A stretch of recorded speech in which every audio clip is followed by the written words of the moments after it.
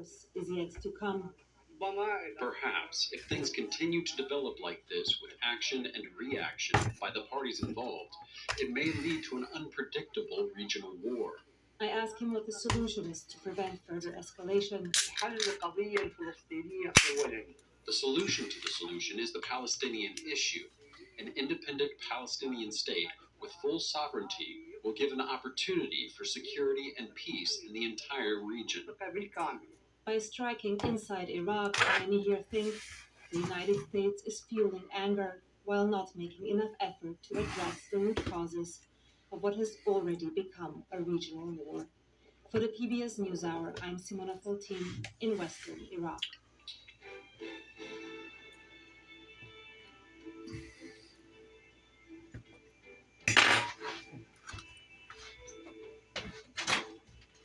Tomorrow, the U.S. Supreme Court will hear arguments in one of the most consequential elections cases ever. At issue is the Constitution's Civil War era insurrection clause disqualified Donald Trump from holding higher office.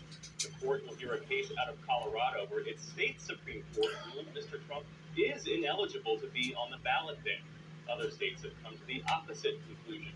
William Brennan explains the background to this historic case. We fight like hell. It was a day scarred by chaos and violence. Thousands of supporters of then-President Donald Trump stormed the U.S. Capitol, trying to stop the certification of Joe Biden's victory in the 2020 presidential election. But it was that day, the events leading up to it, the insurrection, and the chaos of the Constitution and the Constitution prohibited Donald Trump from holding political office ever again.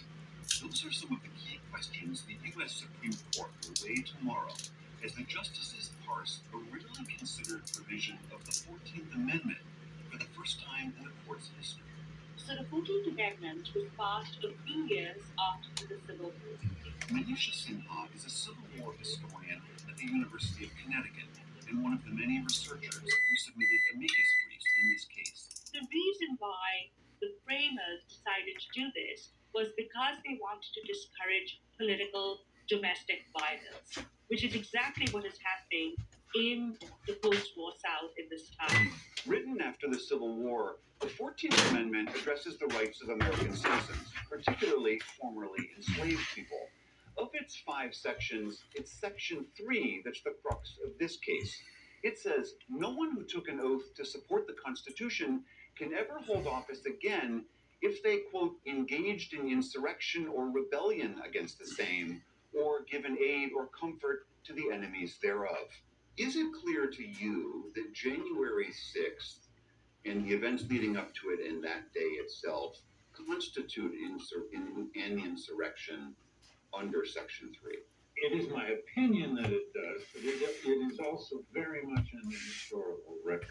David Blight is a Civil War historian at Yale. He won a Pulitzer Prize for his biography of Frederick Douglass and also submitted a brief to the court.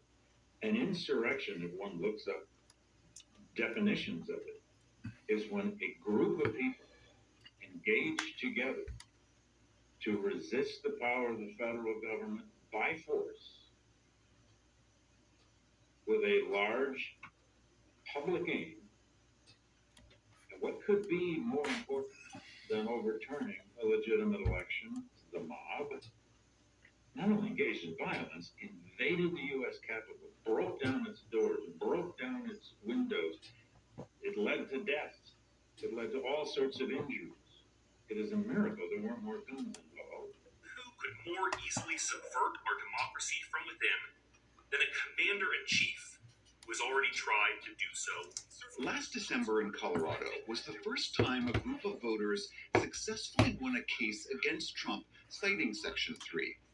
Even though Trump's legal team argued he was simply exercising his right to question the election and never urged anyone to commit violence, Colorado's Supreme Court, in a split decision, ruled Trump had engaged in an insurrection and ordered him struck from the state's Republican primary ballot. Not long after, Maine's Secretary of State also decided on similar grounds that Trump should be removed from that state's ballot. The U.S. Supreme Court will now try to settle what this 150-year-old provision means and whether it applies to Donald Trump. The former president's legal team will argue that Donald Trump did not engage in an insurrection, that Section 3 isn't applicable because he hasn't been charged or convicted, and that Section 3 doesn't say the president is a, quote, officer of the United States. Quite clear, both to the framers of the 14th Amendment and those who discussed this disqualification clause, that this would apply to the President of the United States. In order to be president, you have to be 35 years of age, you have to be born in this country, and you have to not have incited insurrection against the government of the United States. While the justices debate these constitutional questions, there's an equally pressing political one.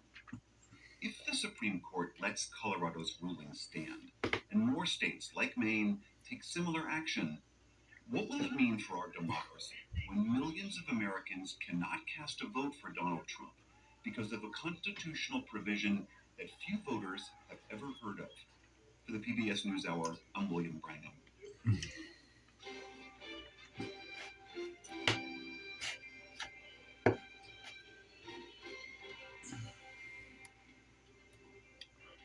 Meta's policy for dealing with deepfakes and AI is under fire after it allowed an altered video of President Joe Biden to remain online.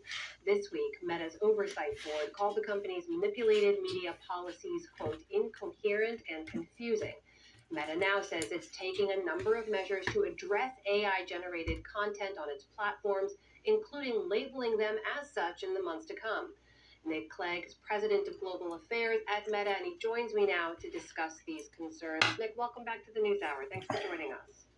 Good to be with you. So I just want to show people again the image. When you begin to label images generated with AI on your platforms, on Facebook and Threads and Instagram, it's going to look like this. There's going to be a little watermark in the corner and a label there, AI info. I guess the question is, how do you know it's AI if it's not generated on your own platform? Do you have the tools to detect an AI-generated image if it's created somewhere else? Yeah, I mean, you make exactly the right distinction, which is, of course, if people use our tools to generate AI images, we know that and we can watermark that, and we do that already. So if you use one of our tools to concoct an image using AI, there's a circular watermark which makes it very clear that it's not a sort of real photograph taken by a human being. Your question, quite right, is what happens when someone uses someone else's tools, and there are more and more of them, and they're multiplying, and then seeks to share it with their friends and post it on Instagram, Facebook, Threads.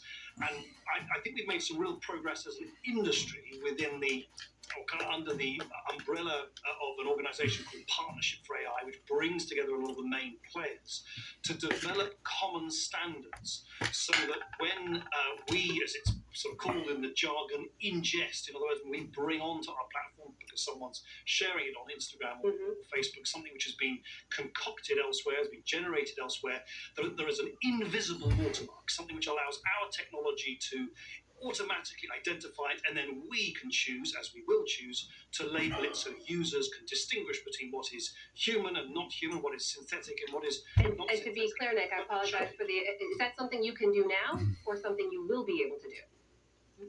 It's something we can do now with images, and we will be instituting in the weeks and months to come. But the difficulty is the technology doesn't yet exist across the industry to apply the same kind of common standards on audio or video content. And of course, there's always the risk that people who want to use these tools for malicious purposes will try and evade those rules. So I don't think it is a perfect solution, but just because it's not perfect does not mean that we shouldn't do anything. So this is, I think, the best thing we can do right now in keeping with the state of the technology as it exists today. Well, let me ask you about your policies.